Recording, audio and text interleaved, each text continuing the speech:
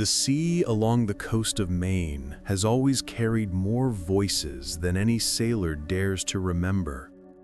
Gulls screaming with the dawn, the roar of storms, the hollow clanging of buoys drifting in dark water. But locals whisper of another sound, one that no device ever records. Steps. Footfalls echoing up the spiral stairs of an abandoned lighthouse, long after its beacon went dark. "Don't mind it," the fishermen say. "That's only the old keeper finishing his rounds. He died at his post, and he never left." Late October. The sky pressed low and gray. Fog rolled in thick as wool, erasing trees and cliffs.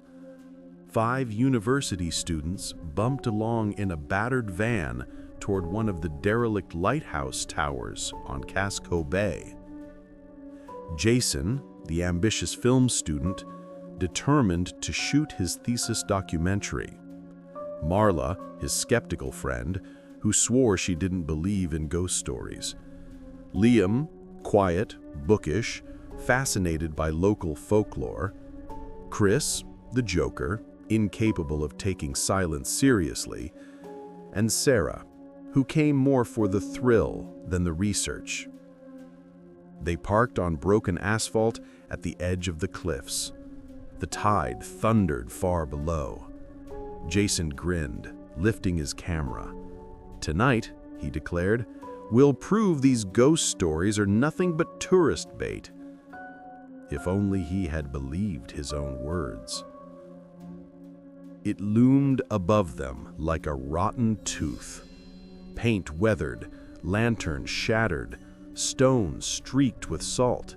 Yet somehow the tower stood stubborn against the sea.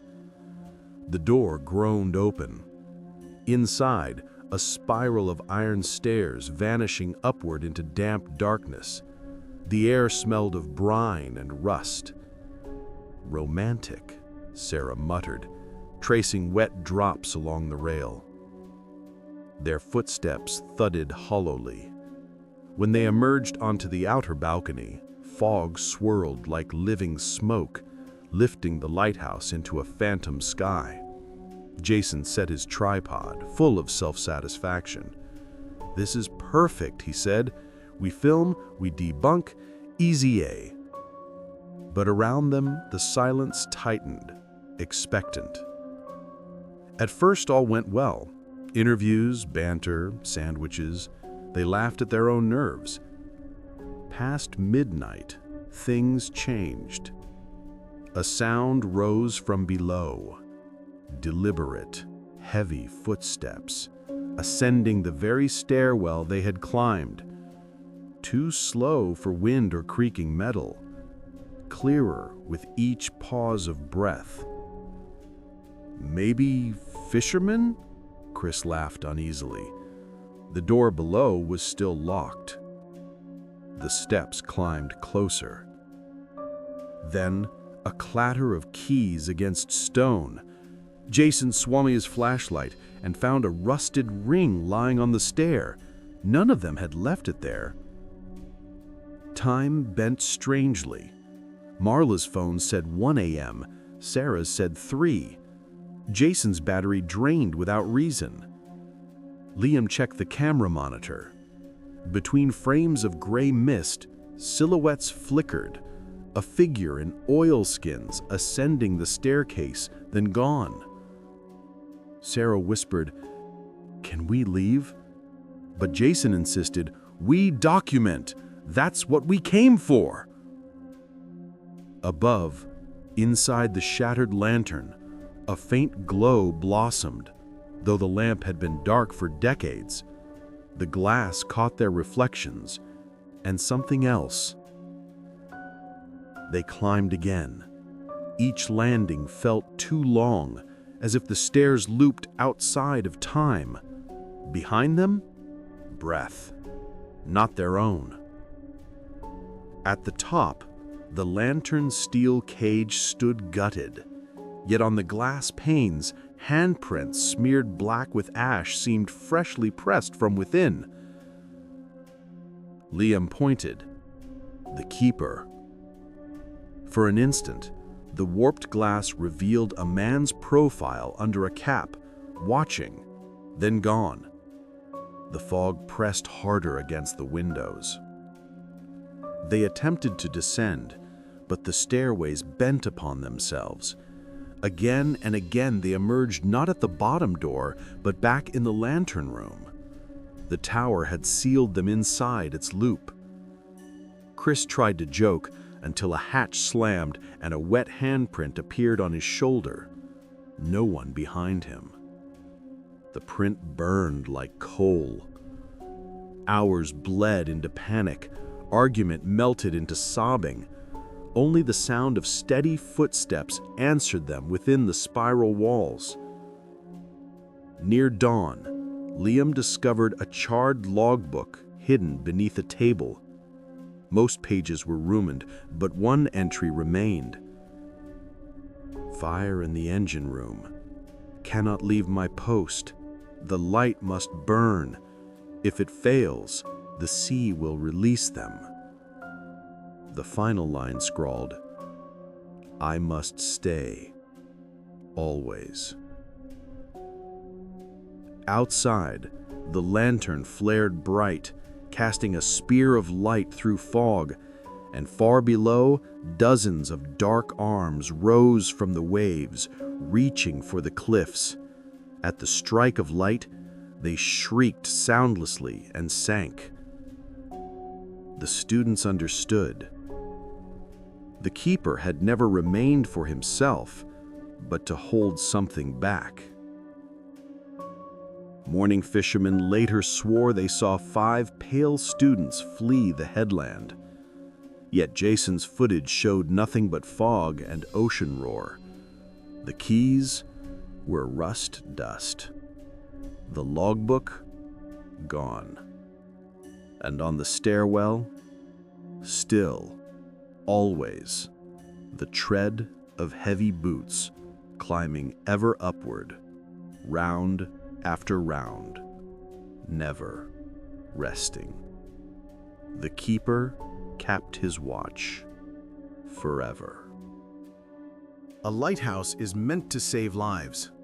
Yet, in Maine's endless fog, some lights are said to guide not to safety, but straight onto the rocks. Off Bar Harbor there is one such place, a tower long decommissioned. On charts it's dead, but when the gales rise and the fog swallows the coast, fishermen swear they see its beam, an impossible glow cutting through the mists, a curse disguised as salvation. Thomas Gray was 26, born into salt and tides.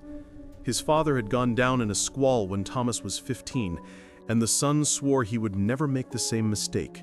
He would read every current, every shoal, every sign. By September storm season, Thomas had his own boat and his own pride. When the weather turned furious that night, his crew refused to sail, but Thomas did. Pride can sound a lot like courage, until it's too late. Out on a tormented sea, he saw it, a white spear of light. It pulsed through the fog, steady, beckoning, aimed not at safe waters, but directly over the reefs. Thomas knew that lighthouse had been out of service for decades, and yet the light turned, slow and deliberate, as though it had seen him. Common sense screamed impossible, but the beam swayed to lead him clear of a breaking wave, then nudged him between teeth of rock. It was like a hand guiding his keel, saving him from drowning in order to lure him closer. Old stories rang in his mind about the keeper who burned to death at the lantern, his body never recovered. Folks said he still walked there, hungry for company. But to Thomas, it felt more personal. That light resembled something his father might have given him, an outstretched hand from the storm. And so, he steered in. The island was jagged stone. Waves snapped like jaws at its feet. But Thomas leapt ashore between surges. The lighthouse loomed, paint bleached bone white by centuries of salt. He shouldered open the door. Inside, the sharp stench of burnt kerosene. No lamp had burned in half a lifetime, but the air carried fresh smoke. His boots rang on iron stairs, one step, another, then an echo. Someone else, climbing behind him in rhythm. And then the voice, "Help me."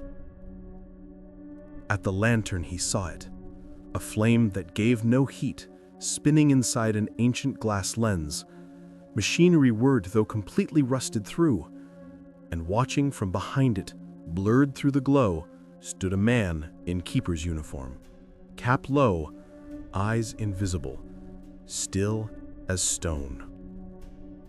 "Do not let it die." The voice was not sound alone, it was pressure inside Thomas's skull, heavy as grief. As he stood transfixed, visions unrolled, black seas, shipwrecks, arms writhing from the surf. Shadows within the fog pressed at the island, clawing toward land. The images made sense with cruel clarity. The light was not guiding sailors, it was controlling the things in the fog, binding them away from shore. The keeper had given his life to keep it burning.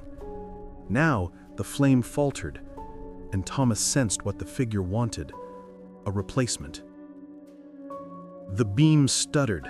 Outside, waves began climbing higher, exploding against rocks. From the fog came shapes, faces forming, eyeless, featureless, yet deeply watching.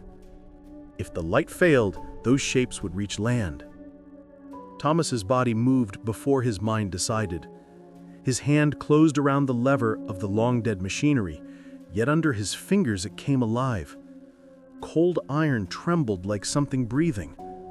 The keeper stepped back, as though yielding, dissolving into haze. Thomas pulled the lever. The beam screamed across the storm. Shadows shrieked and recoiled into the sea. At dawn, fishermen saw the old light blazing. Impossible, they muttered, staring wide-eyed at a lighthouse long gutted of its lamp. They searched 2 days for Thomas Gray. His boat was found circling aimlessly, nets half spilled. Inside, only his notebook remained. "The light isn't mine, but if I let it die, others will die with it. So I'll stay, till night, till always." Now, when Atlantic storms smother Bar Harbor and all electricity fails, a mysterious beam sometimes cuts through the fog. Officially, no one mans the ruins. Unofficially, sailors give thanks and whisper a name. The boy captain who once tried to outmatch the sea and instead joined its eternal watch. The light calls still, but not to safety, to service. Most lighthouses warned with beams of light, but on Maine's storm-haunted coast, some once carried giant fog bells. Their deep strikes cut through mist when no flame could pierce it. At Cape Elizabeth, one such bell was silenced a century ago when its keeper vanished. The mechanism was dismantled, the tower left to salt and time. Yet even today, fishermen claim, when the fog rolls heaviest, you can still hear it, a bell that no longer exists. A July afternoon, clear blue, sunshine sharp as glass. 5 friends from New York came chasing Instagram romance amid the ruins. Emma, a dreamy designer with too much faith in aesthetics. Alex, her pragmatic boyfriend, eyes always on logic. Sarah, eager for adventure. Michael, restless energy bottled in sarcasm. Daniel, stream happy, documenting everything live. They laughed, snapped photos, launched a drone over the cliffs. The sea shimmered like polished silver. By evening, clouds bruised the horizon. A white haze crept from the Atlantic like smoke. The gulls fled inland, screaming. And then it came. A sound. Bong. The note vibrated in marrow, not air, iron on iron, striking from inside the fog itself. They froze. Thunder? Michael suggested, though no storm brewed. Again, bong! Deep, slow, patient. Sarah clutched Emma's hand. "That was a bell," she said. And indeed it was. No mistaking the cadence, the echo through stone, the pause as if waiting for an answer. The fog thickened into walls. Their drone's feed cut to static. GPS faltered. And with every toll, their bodies turned left or right, unconsciously following. Pulled deeper into white silence. Soon the lighthouse loomed out of nothing. Shattered windows gaped in its face, yet it still towered proud. At its base stood a figure. An old man in oilskins and cap, posture rigid, hands at his sides, as if guarding, as if waiting. Emma whispered, "Please tell me that's part of a historical tour." But the figure raised one arm and gripped a rope. The bell above shuddered. Bong! The strike passed through their rib cages like a heartbeat not their own. Daniel was first, one moment streaming jokes into his phone, the next, gone. His device clattered to stone, still recording only mist. Minutes later, Sarah turned her head, smiling faintly at something unseen, then stepped into whiteness. No sound, no cry, only absence. Panic swelled. 3 left. They ran, but the coastline spiraled back on itself, corridors of fog rearranging before their eyes.